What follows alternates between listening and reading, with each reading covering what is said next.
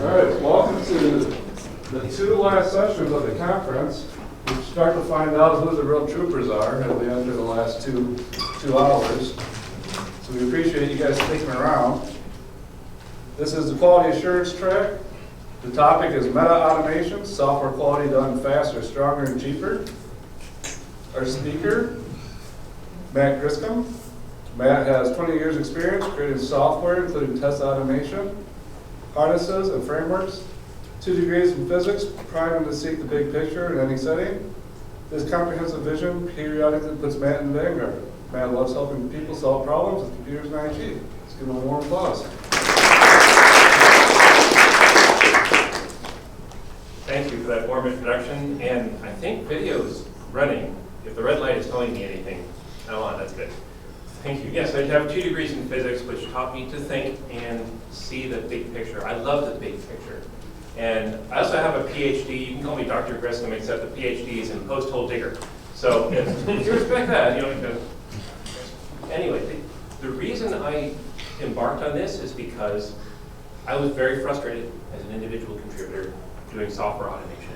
And I realized, oh, we're doing it wrong. They're doing it wrong. This is conventional wisdom, and they're doing it wrong.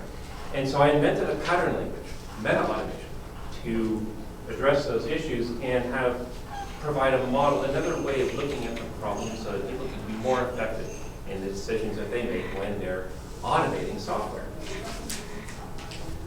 So first, I'm going to start with a scary story. My test failed last night. I had failed. And I came in the morning, and then you get the usual list of email with a list of tests, and one of them had failed. And this was disturbing because this particular automated test had been working and passing for about a month, and we were at code complete. We were trying to stabilize the product and ship it, and I had this failure on my plate. So what's going on? Well, here comes my lead. Saw this failure in your test run last night. Do you know what's going on? I just got in, and I will diagnose and follow up as needed. So he walks away. Good, okay, gotta get busy, figure out what's going on. Can I retro? No.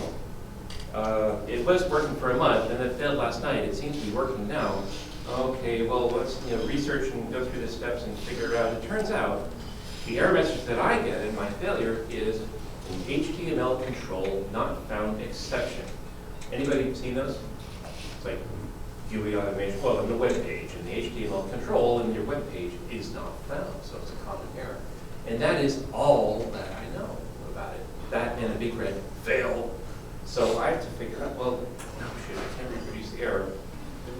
Maybe I should try fault injection. Yeah, that's it. Okay, I knew in the product there was a lot of churn in one particular module. The night before, there were some changes, and I'm not sure I have the correct build. I think I do. Well, let's assume it's broken, and I have a special broken version to plug in and see what happens. Oh, I can reproduce the error now. I get an HTML control not found exception. That might not be good enough because I don't actually know that that is the same failure I was looking at from this automated run. Well, let's try throttling the network instead. So, okay, I give the service that I'm calling over a throttled network, very, very slow, and it times out for design. Good. And I got an HTML control not found exception from a different page. But I still don't know what happened last night in the lab at 2 a.m. And here comes my lead again for the 3rd time. So you got any more information on that failure? No repro right now. I'm sort of trying to diagnose it. It's either a transient failure in a timeout service, or it's a failure from the product, which may or may not have been fixed last night. I can't repro, and there's some changes in the product aren't linked to anything, so I don't exactly know what's going on. Well, we're good to ship then? Yes, we're good to ship. Yeah, good to go. Does this sound familiar to anybody? Run into this one? That's pretty scary. The problem is the moral. Don't drop those actionable bits on the floor, because that's what happened. I would love to be able to go back in the lab at 2 a.m. and say, okay, do it again, and now, okay, need more information, tell me what happened. I can't do that. And I can't even reproduce the problem except by breaking it in some ways that I understand. So there's a lot of stuff going on in information in that system that just wasn't persisted, it wasn't saved. So part of my work in MetaAutomation was to say, yes, we can save those actionable bits. So looking ahead, we'll talk about testing in general, and automation onto MetaAutomation, and atomic check. Atomic check is the least dependent pattern of MetaAutomation. I should clarify, MetaAutomation is a pattern language of 5 patterns, and the least dependent one is atomic check, which roughly corresponds to an automated test. So on test, I want to start here because I want to make sure we're all on the same page, and because I'm talking with some very knowledgeable, quality-minded people here. I think everybody here agrees with me, but I want to emphasize this just because the line of misinformation is so strong. So Glenford Myers in 1979, he's retired, he doesn't care. And he wrote a book. And in the book he said, testing is the process of executing a program with the intent of finding errors. So look for bugs. And there's more in the book, and there's some context there, because when I read that, I thought, does he really mean that? He's got to know better. Oh, well, I looked, and he says it in a bunch of different ways. And he's emphatic about it. He really means it. Testing is about finding bugs. And so, well, there's a quote in my book about that. Now, this is an important point, because it turns out, I went on the web and looked, does anybody else think this? Oh yeah, I can see the exact quote, which is longer than this. It's like 20-word sentence. And it's duplicated on the web about 10,000 times, 5,000 times with attribution, and maybe 5,000 without. And this is what a lot of people are thinking. Testing is about finding bugs. And it's still going on. If you were in the great talk that Jeffrey Robinson gave earlier this afternoon, he had a chart about software testing is about the 1960s, 1970s, and 1980s. It's about finding bugs. In the 1990s, about something different. In 2000, it's very informative. But the thing is, in the 1980s, it's about finding bugs. Probably back to this book from Myers. But in 2004, Dr. Kemp Kainer, he is a professor at, I think it's Florida Institute or something, and he wrote a paper, The Ongoing Revolution in Software Testing in 2004, in which he says, the primary reason to test is to find bugs, question mark. He's actually questioning this assertion. Well, he says, yes, but, and he goes on to give 11 bullet items, saying, well, number 1 is find defects. Number 2 is maximize bug count. And do you see a theme here? And then he gets down to number 10 is assess quality, whatever that means, and that's hard to define, as quality is very open-ended. And number 11 is verify correctness, meaning does it do what we designed it to do? Are the functional requirements represented correctly? Well, I realize I think he's being shy. I mean, he's in academics and politics is important. I think he was way too shy. And he seems to be, because he's very influential, right? This pisses me off because he is promoting this misconception that testing is all about finding bugs. I disagree. I think that finding bugs is useful and important and very interesting and also sexy to some. You just find actionable bits of information, that's great. And it makes you look good and cool. Your manager likes that. That's all good. But then deciding when to ship, second, and assess conformance and quality after that, I don't think that's correct. I think you have to turn them around. Because assessing conformance and quality, that's what quality people do. And when we find bugs, that's just part of the assessing conformance and quality. Finding bugs follows from that. Finding bugs is important, but it's not all that we do. We also have to know what's working, especially because with regression testing can tell us if what was working yesterday is still working today. And if for some reason it's not, we better find out very quickly because it would get expensive and risky if we don't know. So I am challenging the status quo, and I know you guys know better, but the misinformation is still floating around out there. The second moral, I have 3 of them, The second moral of this talk is regression is at least as important as finding bugs.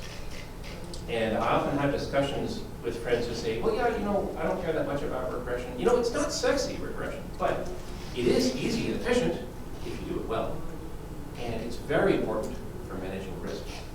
So I like regression. It's a good thing. Here's my second very important detail about the quality world. That is that automated testing and manual testing are different. They're fundamentally different. And you guys probably know better, but people tend to gloss this over. And there are people out there who will say that automation, take that word and hide it. I'm not going to name names this time, but take that word and forget about it. It's all the same thing. People really believe that.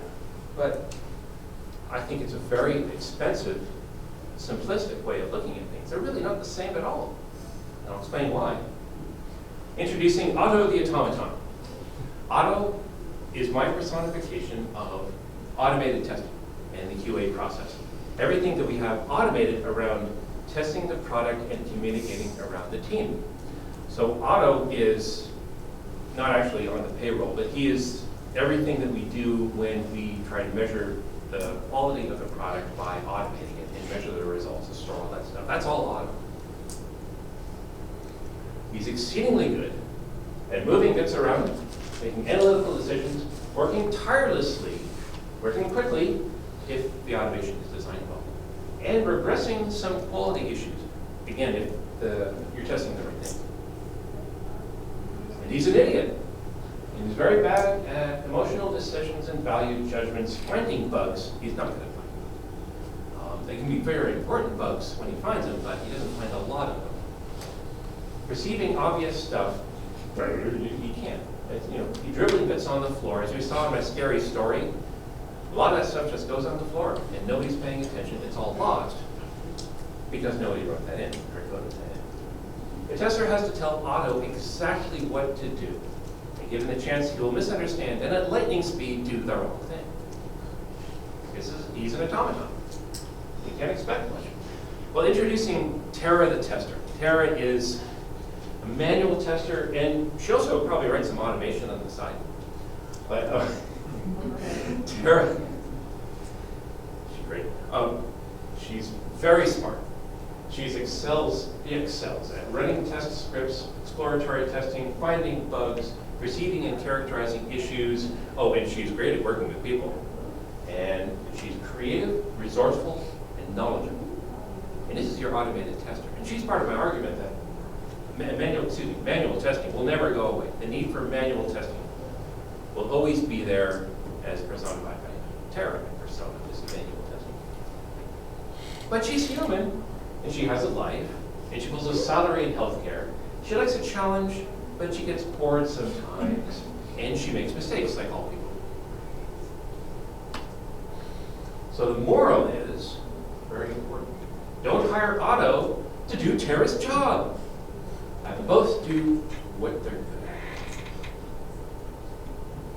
So I'm going to move from automation into meta-automation. Before I do, I want to clarify that have them both do what they're good at. Otto is doing the automation. Otto is personification of automation, automated processes, everything we care to have running in the lab when we're all home sleeping or we're traveling or something independent of geography and time. Tara is doing the manual testing and the smarts and the communication stuff. So they're good at very different things. That's the thing about automation, which makes meta-automation very important, because doing regression, quality regression is a test, is very important. And now, how we do regression, we'll have Tara do the manual test when we need to, but if we can automate it, let's have Otto do it. And Otto doing regression tests, very important stuff.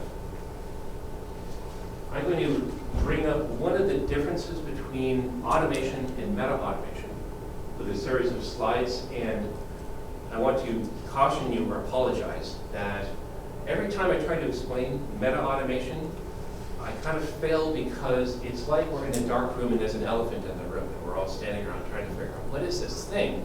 I feel warmth, it feels like a tree trunk, it's like a rope, we're talking, it's very hard to explain. It's more abstract than the elephant. I have to explain it in different ways. So let me start with a contrast between automation as a solution for a team developing software and MetaAutomation. So here we go with automation. This guy or gal is writing and running the automation. This is the tester writing automation. With the whip and the chair, he makes the product do stuff and takes the feedback from the product. This role is a leader, decider, prioritizer, manager, and needs to know what's going on with a product, but he doesn't know about the product directly. Everything he knows about the product quality, he's going to find out from the person doing the automation. And the reason is, this guy is doing the automation, but only this guy can really understand it. So he has to interpret it for the boss. That's automation, and that's conventional automation. The problem is, though, there is a bottleneck here. Now, this guy is, as we know, he or she, way too much to do. And on top of that, he has to explain to the lead what's going on. And the lead is wondering, what's going on? And I'm hearing this from my tester, but I don't understand because it says pass, and the tester says, well, we're not really testing it, or it says fail, and the tester says, that's okay. I'm not very happy about that because there's not really a clarity of communication. And there's friction and expense around that uncertainty. So with MetaAutomation, with the green lines, basically we have the lead and the automator both talking to the product.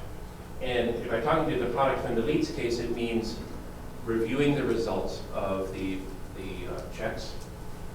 And I'll get to that word later, by the way. It's intended for automated tests, and I call them atomic checks, and more on that in a bit. And the automator is writing them, but also kicking them off and looking at the results and seeing, debugging his or her own automated tests. So this is MetaAutomation, where actually the information is available to everybody on the team. Anybody on the team can look on the intranet site and see the results nicely presented. This is what's going on. And it's understandable to everybody. And you'll have to take this on faith for just a few more minutes. So what's the meta of MetaAutomation? I mean, I had to look up meta up in the Urban Dictionary, and it turns out meta is navel gazing. But that's, I wish I'd known that earlier. I might have named it something different. No, the meta of MetaAutomation is, well, okay, it's like this. The elephant in the room, here we go. Manual testing, the person decides, is this pass or fail, and records the result in bugs and for one test. The person decides, is there something actionable here? Or maybe more than one thing. With automated testing, you have code written in to figure out an automated pass or fail, and this is reported. The automation dev has some follow-up to figure out, is there something to do here? Are there bugs? Are there fixes to be made? What is the root cause of this failure? And I'm tired of being randomized because the dev knows that, well, most failures are just test failures, and I know I'm not going to get any esteem from the group for this because another test failure, well, it's my own fault. But I would really much rather be finding bugs with a product, but I just see another failure in the test code. Not so great. I have to stop all my work automating 25 hours a day, and I have to go back and fix the test and try again or get it to work. So that's conventional automation. With MetaAutomation, there are no false negatives in your test reports. There are no false positives. The checks are, sorry, I'm going to put you off a little bit longer on that term. The checks are fast and robust. They're scalable because they're all independent, remember, and they're atomic. And they're self-documenting. So everybody, and remember that a few slides ago around MetaAutomation and the team where everybody has access to the data from the product. Now everybody has access because the checks are self-documenting.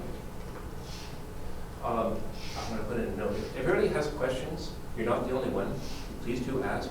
I know we have some time at the end for questions, but because this is a lot of new stuff, and I'm still struggling with how to present and communicate it, and I can't talk about my whole book, obviously, but please do ask me if something is not clear, or if you have a really incisive question that I didn't think of, please do ask. I'm happy to be interrupted.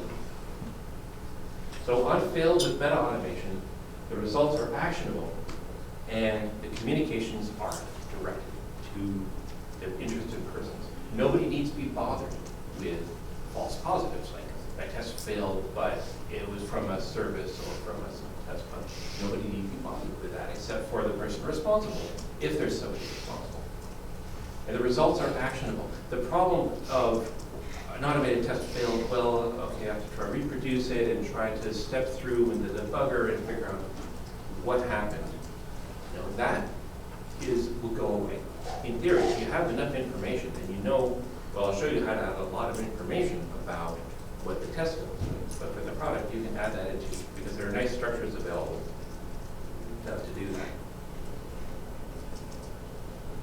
So with MetaAutomation, actionable data from the system under test and the test code is captured, triaged, and dispatched. In other words, what the test devs would do to follow up on failures is automated as far as can be done. So you can call that the meta of MetaAutomation, going from manual test to automation to MetaAutomation. So this slide shows, this is the back of my book. Most of it's grayed out because I wanted to emphasize what I mentioned that the least dependent pattern is atomic check, which roughly corresponds to automated test with a different design focus and different structures, much better artifacts. What about behind? The thing is, auto would be much more productive with atomic check. Terra is great doing what she's probably already doing with manual tests, and that's how you find out about the quality of the product. Terra is smart and can figure out if something's wrong and needs to be reported. But to put Terra on verifying bank balances or verifying that these numbers are stored correctly or things like that, that's better put to automation because Terra gets bored. It should put her on the interesting problems and give her the information from MetaAutomation so she can be more productive as a manual tester.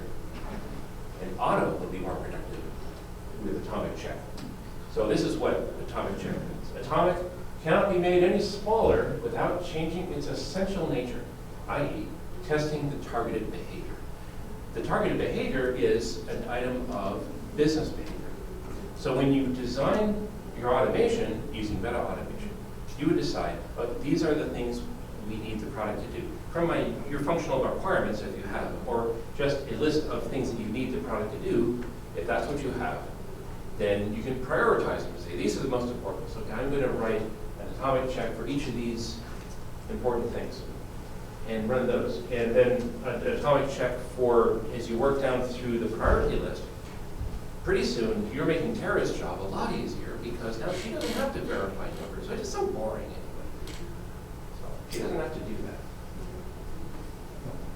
that. And finally, as I promised, a check is a test that is automated and repeatable with only a few specific verifications. Has anybody here heard of people using the term check for something like an automated test? I don't have, you have? Yeah, one person. My definition disagrees with others that I've seen out there. And the only reason I'm making a new word, because I know there's overhead here, I'm sorry, it's a new word, is that I find a business reason for it. And the business reason is that with manual tests, well, here I have a manual test, and I'm doing manual testing, and I can see all sorts of things that automation would never see. Well, the common pattern is to automate from the manual tests, or they just call them tests. We have our test cases, we're going to automate these. The problem is that the automation can't see nearly what a human can see.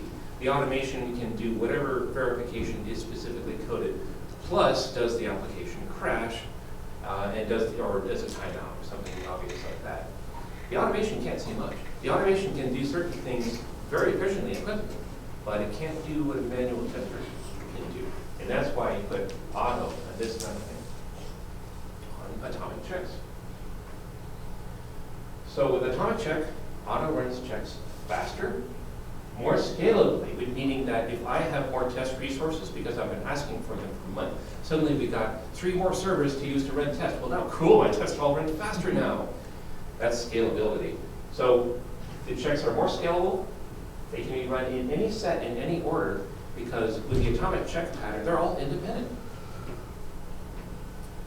They, just like Mark O'Brien said, he said that the advantage of having tests being independent of each other, and I'm glad somebody else points that out because some people don't know about that. Each atomic check is targeted, and the steps are self-documenting, and so are the verifications. Now, I lied a little while ago when I said that I would demonstrate how you can do this in code. I lied because I don't nearly have the time or an internet connection. I can't do that, I'm sorry. But from my book does have a free download which you can run. It's written in C#, and it's platform independent, so you can run it on a Mac with the Mono project. It will show you how you can do this, and you can run it against my fake broken service that will fail in different interesting ways, and it'll show you basically what kind of data you can expect out for an artifact of a test run. I promise, it's very cool. It's much more compact than a log, much more easily parsed, and you can save it then for a good long time. Oh yeah, compact, strongly typed, detailed artifacts. I'm not hearing any questions. Am I losing anything? Morning, is it late today? Well, I was waiting until you got to... Oh, I'm sorry. Yes. I was waiting until you got to a certain point to where I could validate what my perception of what you're explaining is. Okay. So not to the point of I'd love to hear about the confusion when we get there. Thank you. So failures are actionable. Yeah. The failures are actionable because I can make this presentation better, or maybe other people are confused about the same thing. Failures are actionable because the root cause is identified neatly for us because I was running a check, and here are steps and sub-steps, and here is the step that failed, so it's documented, and the other ones are blocked. But this one failed, and I have the exception type, and I have a step trace, and I might have data from the product, which is neatly placed there in line in name value pairs. Anything you need to know, if it's not there and you need to know it, so write some code and put it in there, or have a dev help you out do it. So that basically, and in theory, and you can approach this, the failures are always actionable. You don't have to go back and reproduce the problem, which is very good because sometimes, as in my scary story, you can't reproduce the problem. Also, atomic check will not fail on extraneous verifications because there aren't any. I mean, we only care about that business, and we have preliminary steps to get there, but we only care about the business item that we're testing. And the successes are noted as well. If we have a pass, we get a pass, we also get all those steps. This is what it does. And anybody can see this, including that lead guy earlier in the test, the guy with the red face. He can look and see what exactly happened with these steps and what exactly failed. If it's not exact, you can put it in there. The structures are all there to make it happen. And so there's no confusion or ambiguity, and it's easily communicated around the team to anybody who cares about the current state of quality for the project. Auto provides compact, detailed, strongly typed, and self-documenting records from checks on the system under test. And it helps Tara be more productive, less error-prone, and less bored. Actually, I was a little ahead of myself because when I was talking about Tara, and telling Tara, these are the business items that work correctly, you don't have to test these. And Tara will be so happy, because now she doesn't have to remember, well, if I put this balance and add it to that balance in this portal to a credit union, I should get this result, and now I have to run that test manually again, and I'm so bored. In fact, I might even make mistakes because I'm human, but no, she doesn't have to at all. She doesn't worry about it. She just says, well, is this usable? Does it look right? For this locale, does it look right? Is everything there that needs to be there? Do I have an issue with the presentation or something I can bug it? And that's what Tara can concentrate on. That's what she's good at. So I actually recently restored this slide because I thought I wouldn't have time to present it. But the question is, who benefits from MetaAutomation? Why should we? Because, and I warn you, there is a little bit of investment. There's some coding involved. Right now, there aren't any tools out there that will show you how to do this, although there is a free software download from my book. And I'm working on the next version, which is better too. But you have to start with a different emphasis. There has to be at least one person doing quality who really knows how to code and can write this. And the other people, they can learn. I mean, it's just C# or Java. I mean, how bad can you get it? And So you need just one developer to make it happen, and somebody who knows something about XML and XSL stuff to make this happen. And the others, we can learn as we go. So people with experience making software automation would benefit from MetaAutomation because they learn things about, well, this is why I would make my automated tests simple, so they'll run faster and be more robust. And no quality items will get blocked by other quality items that will fail for some reason, for example, among other advantages. People who love software and software quality, anybody love software? Software quality? And if you're not raising your hand, why are you here? Okay, everybody rose their hand. I'm just going to. People who seek a deeper understanding and want to see a frontier. This was very hard coming up with this and writing the book. I had a lot of fun doing it too. I think that it's a tremendous value because this is the future. When we need to do more automation, software quality is becoming more important all the time. And we need to have a more efficient way of doing it. Well, this is how we do it. It's not the only way. And it's definitely not the only tool, but this is a way to do it. Just explain the details of what you mean by atomic check, Yeah. rather than the benefits. What is the detail? Well, okay, so this slide maybe doesn't have enough detail. The question is about the details of atomic check. And you probably want more detail than is up here, is that right? I'm thinking there's 5 different ways of what it would mean. Okay, Yes. that's a fair question. I was wondering about, I'm talking about atomic check, well, what does that mean? And I can see the words, but I still don't really understand. Let me try to summarize, it's a good question, and let me try to summarize it in another way. Atomic means, the checks are, well, I call them checks because they only verify specific things. And it's important to recognize that they don't do what terrorists do, not even close. That's why I call them checks. The atomic check is a way of implementing a check where oriented around business behaviors. So if I have functional requirements or I have other behaviors that even aren't in the requirements, or depending on my methodology, if I know the product has to do this and these things, if I have my business behaviors, I prioritize them. And I should say business behaviors that are measurable by automation. There are probably a lot of them. So I list them and prioritize them, and then start automating them. Each business behavior becomes an atomic check. The atomic check will have preliminary steps and then the target verification or verifications. The preliminary steps are what you need to get to the target verification or verification cluster, the things that are very closely associated with each other. And the preliminary steps are basically the minimum you need to get there. You don't do any experience checks. You end up with an automated test that is as short as possible, but you do have to get to this verification. Also, you don't worry about the other stuff. You're worried about the target business logic verification.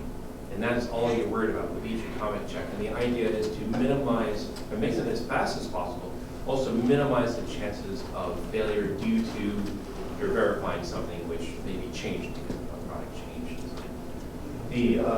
So they're very short, and the artifacts are XML. Or at least XML is my strongly typed language, meta language of choice. Really, you could use some grammar of XML, or you could use JSON, but serial logging, like the traditional logging, that flight recorder logging, you end up with a lot of verbose stuff you don't care about, and it doesn't parse well. You can't do much with that after the fact. And maybe it would help answer your question about what does atomic check mean in the context of the rest of the pattern language. And let me see if I've got a slide that shows. This is the back of my book. I have a book up here to give away for a really good question. You're in the running.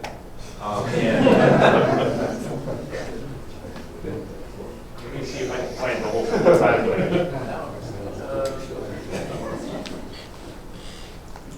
Well, I have an example to ask you. I'm sorry? I have an example to ask you to see if it's what I'm thinking. Yeah, go ahead. Is you were just starting to talk about navigations, and one we all understand is logging. Right. Everyone has to log into something every day. Log in, yes. So, log in, the essential business, the atomic piece of it is you enter data, you enter user ID or credentials, and it gives you a welcome screen, authenticated screen. When I teach my team to do scripting for flow testing, I teach them to pick the one item on the screen that never changes, that only displays if they get a successful authentication. Right. And that's the text check, just to validate that that business step succeeded.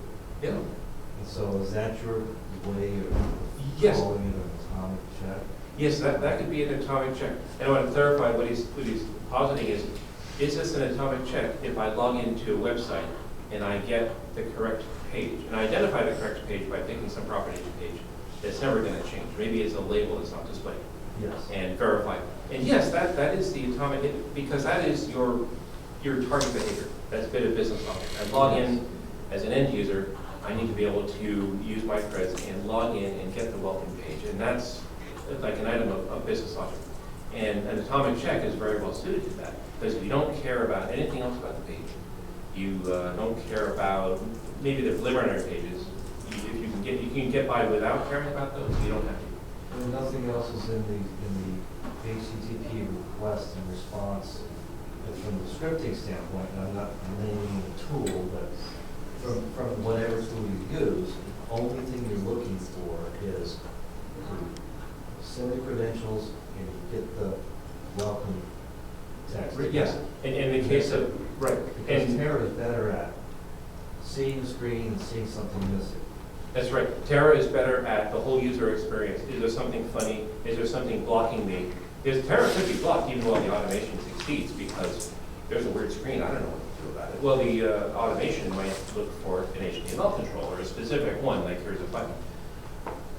And actually, and your example is a good one because if you're logging into a SOAP or a RESTful service, then you're going to log in with credentials, and what you test for at the end is, do I get the packet back with a cookie that shows I'm logged in and the correct response? And that would be your business logic behavior. So that is like the minimum, like, yes, I've logged in. And the important thing, and that's exactly right, that's a minimum test for that case, and that would be a great atomic check, because what you get is something simple that's going to run fast as I can make it. And I need to do this a lot because every build, or really I want to make this so fast that you could run them for a gated check-in so that nobody can check in any code that breaks anything. So, and the way that would work is, I do a build and do a check-in with something that the process will say, okay, I need to take an image of the source code and do a special build. I run my unit tests as part of the build. And then I do some kind of an installation and run my end-to-end tests and do my atomic checks. And the atomic checks really would be either bottom-up tests for the business logic or end-to-end tests. If you have the opportunity to test at the lower level first and do a bottom-up testing, this is absolutely a good idea because these are going to be faster, more reliable, and it's easier to get good information. So you typically, in the bottom-up testing, you would run some tests here, and then you'd run some tests here, and if they fail, well, you may have the end target result, but if you can correlate with, well, there are no failures over here, that's another way I know that the failure is due to something here, and then you run the tests up here. In any case, with the atomic checks, you know what you're going for. So I think your idea is a great one. That would be a great atomic check. And it's actually very similar to the example code, although I don't actually log it. It's even simpler than that. Yeah. So where does Otto get his test data from? Automated test data? I'm Where sorry. does Otto get his test data from? Oh, Otto and his test data. Oh, for data-driven tests? Mhm. Well, anywhere, the same place they do now, probably. If they test are data-driven, which is a great idea, then the data might come from the same place as it is now. Although probably geography independent. You wouldn't want it sitting on at your laptop or your station. So it would be somewhere in the lab, and we use this data in whatever format to drive the tests. Does that answer your question? Sort of. I'm sorry. Because if you're going to test a login, you probably want two types of tests, right? One that's successful and one that's not yes. successful. Yes, you're right. So the question is about positive and negative tests and about the data to feed your login. And that's a great question. I'm sorry, I missed that connection. Yes, you would have the data stored somewhere. It could be the body of XML or relational data or whatever. And I agree also that the positive and the negative tests would both make excellent atomic checks. Because when you prioritize your business logic, if you say, create an account, I can put that first. And then the ability to log in, and then the negative test for logging in with bad credentials, those would be right up there in terms of priority. So where to get the data from that you're driving the test with is pretty much the same as where you're doing it now. Although personally, I like XML. I've done a relational database for data to drive tests, and I learned the hard way that, no, I don't want to do it that way. XML is much more readable, much more accessible. I have a question. Oh, sure. So one of the things I didn't understand fully was you said with automated tests, failure is not actionable, Right. but with the atomic checks, it is actionable. Like if you take the login test, for example, there could still be like a network failure or something, and you might still get an error that's not really actionable. But is there something that I'm missing? I mean, is there something additional that you do in an atomic check? Okay, so you're talking about in the case of atomic check, what if there's some network failure and my login fails? And you're saying that that's not actionable. Actually, well, by the criteria I'm using anyway, I wouldn't call that actionable because, and I'll explain why. That is a good question though. If I have an atomic check that tests whether to log in, and then I get the web page. But if my login fails, my creds are good. I have the data to drive the test and my credentials are good. I expect this test to pass. It's a positive test. But it fails due to some network failure that I have no control over. Or there is an external service which fails and I don't have any control over that. The information in the artifact left from the test would, in theory, it would have all that information. And I will show you how to do this.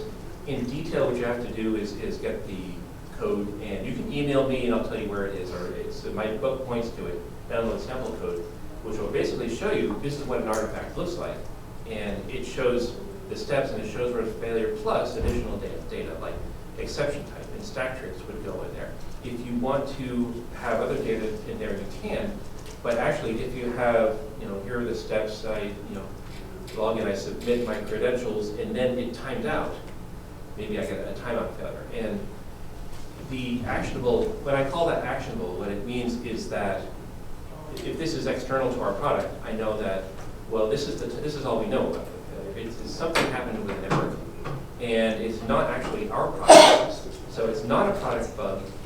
It is actionable. The data there is actionable in the sense that I know this is the nature of the failure, and I have enough information now that if this failure happens again, then I have, because the artifacts are compact, I keep them around for a while, and if the failure should happen again, I can correlate those in theory. So that, yes, we saw that failure before, it was a network failure.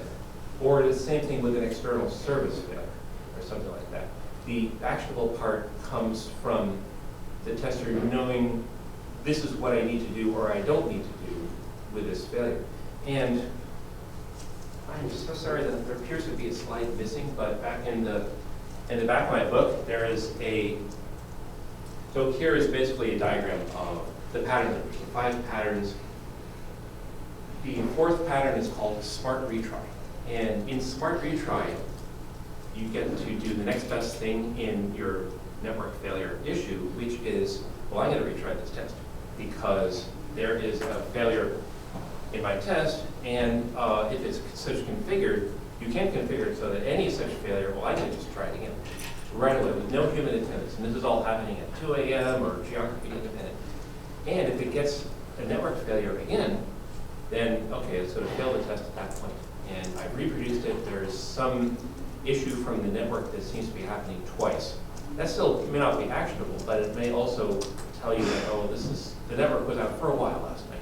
On the other hand, if on smart retry, I find that, oh, okay, it passed this time, then nobody needs to be bothered at all because it was a transient failure.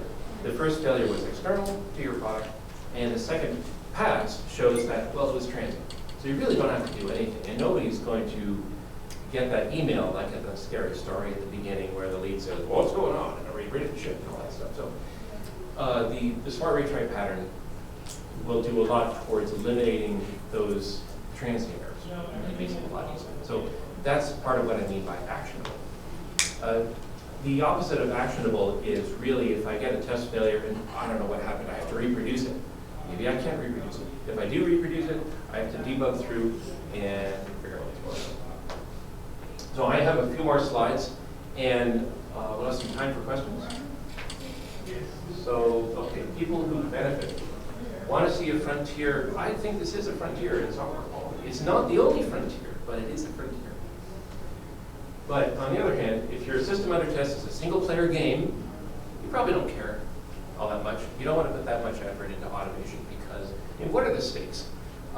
Somebody, oh, Angry Birds just crashed. Well, I'll restart it. There's not much more at stake than that.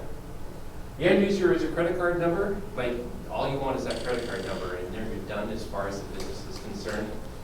Your gouge card. You don't really care. Or if you're doing sustained engineering.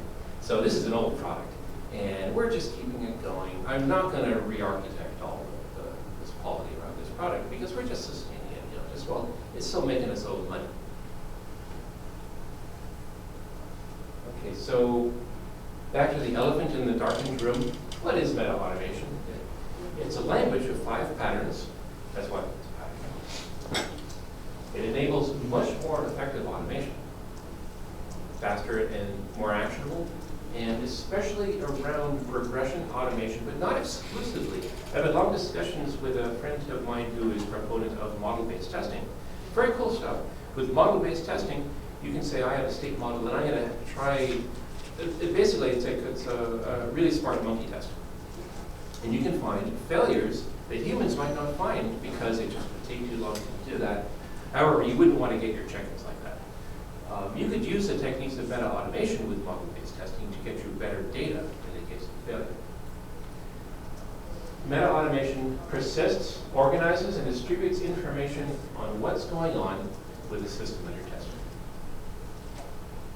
And it's the next dimension of automating for quality. Okay, maybe not the next, maybe it's a next dimension, but it's like this is up and coming. Software quality is always more important, so we're going to move on. To this. So I'm going to review where we went. Testing. Does anybody remember what was the important thing about testing? I wanted to pound. Not to thank you. It's not to find bugs. I'm sorry. What was that? Assess quality. Test what? Assess. Oh, assess quality. Yes, thank you. Assess quality. Regression is key. But the same thing. Automation. Anybody remember what I said about automation? Thank you. Automation. There's the main point about automation. Automation is not the same as manual testing. They're not the same. So we don't hire Auto to do Tara's job. And MetaAutomation is a way to keep, manage, and communicate important information. And I want to emphasize communicate more because I've been attending a lot of talks the last few days, just as you have, and I hear a lot about silos and friction between the devs and the tests. And in my case, with automation, it really doesn't matter who does it. It could be, I'm sorry, question? Why do you always skip 3? I do? Oh. Okay, well, that's a PowerPoint bug, that's what it is. She deserves a book for that. I thought it was Yeah, I know. a hidden key or something. I may be saying this back. Do you have an example of what spits out? Like you're saying in your example that you're automating this and then it will, any user then can see what the problem is. So how would they see? Like what kind of report or? Right. How would they see? I am very much regretting that I don't have a slide on that. I did, but I took it out. I didn't take it out of time. Basically, do you know XML? Good. Well, cool. XML is cool. If you don't know XML, get to know it real well. It's fun. XML is what you'd get. You would get an informal grammar. I don't think I ever made an XSD, so I think it's an informal grammar of XML. Basically, it tells you this is what happened, these are the steps. according to how you coded your automated test. And this step passed, this one passed, and this sub-step passed. Maybe one of them failed, is marked as failed, and then maybe some of them are blocked. And in the case of automated test failure, you would get an exception type and a message and a stack trace. You can also put in there all other information about the test. Like you need to create some kind of unique identifier for the implementation of the check. Maybe you need some unique identifier for the data, something so that you know exactly what can happen and you can reconstruct it if you have to. There may also be information steps. I think I put in actually, these are the steps of the check in there. They don't have to be in there, but basically a bunch of XML. And I wrote an XSL for this so that I loaded up a browser, like, ooh, pretty web page. Not very pretty because I'm a terrible designer, but it does show you all the data. The data of what are the steps, which ones passed, which ones failed, which ones are blocked.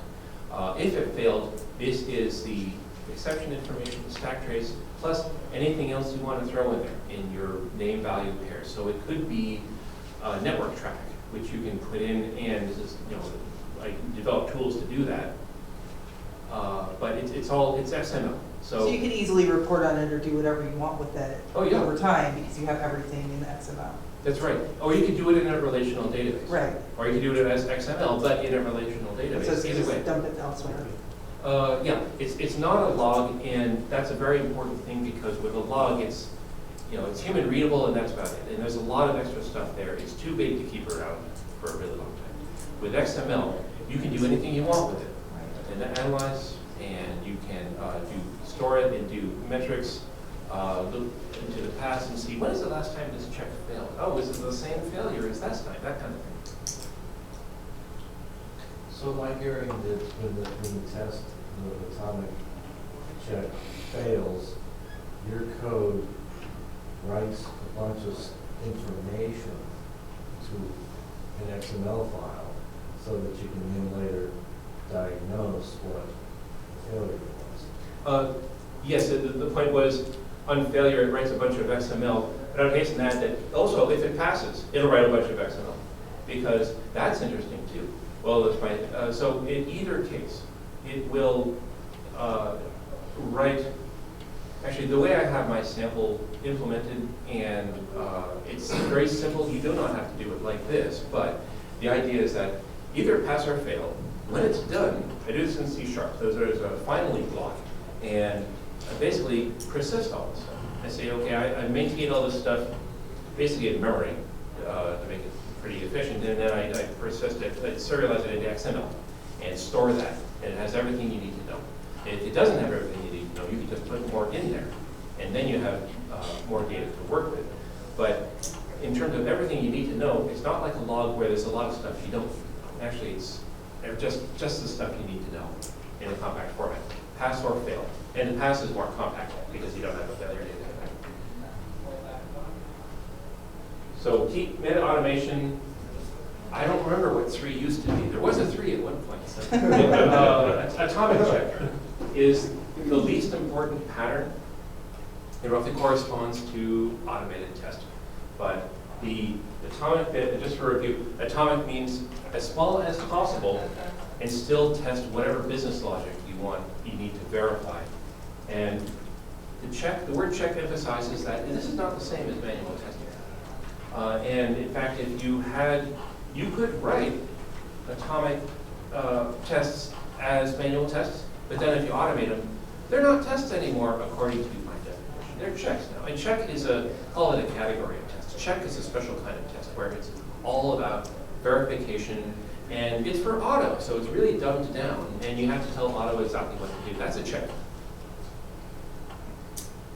How to get started? Well, okay, here's my contact information. I have, oh shoot, I have one book to give away, which presents me with a moral quandary, but I also have lots of business cards. Business cards also have my email address, and on the back of each card is the 5 patterns of MetaAutomation. And another caveat about, and I see you're pulling out those evaluations, is, okay, the first thing they ask about is is this what was advertised? And in my case, no, it's not, because if you see my slides from the website that I for IC this, they're not the same. I made a bunch of changes. I'm still trying to figure out how to present this.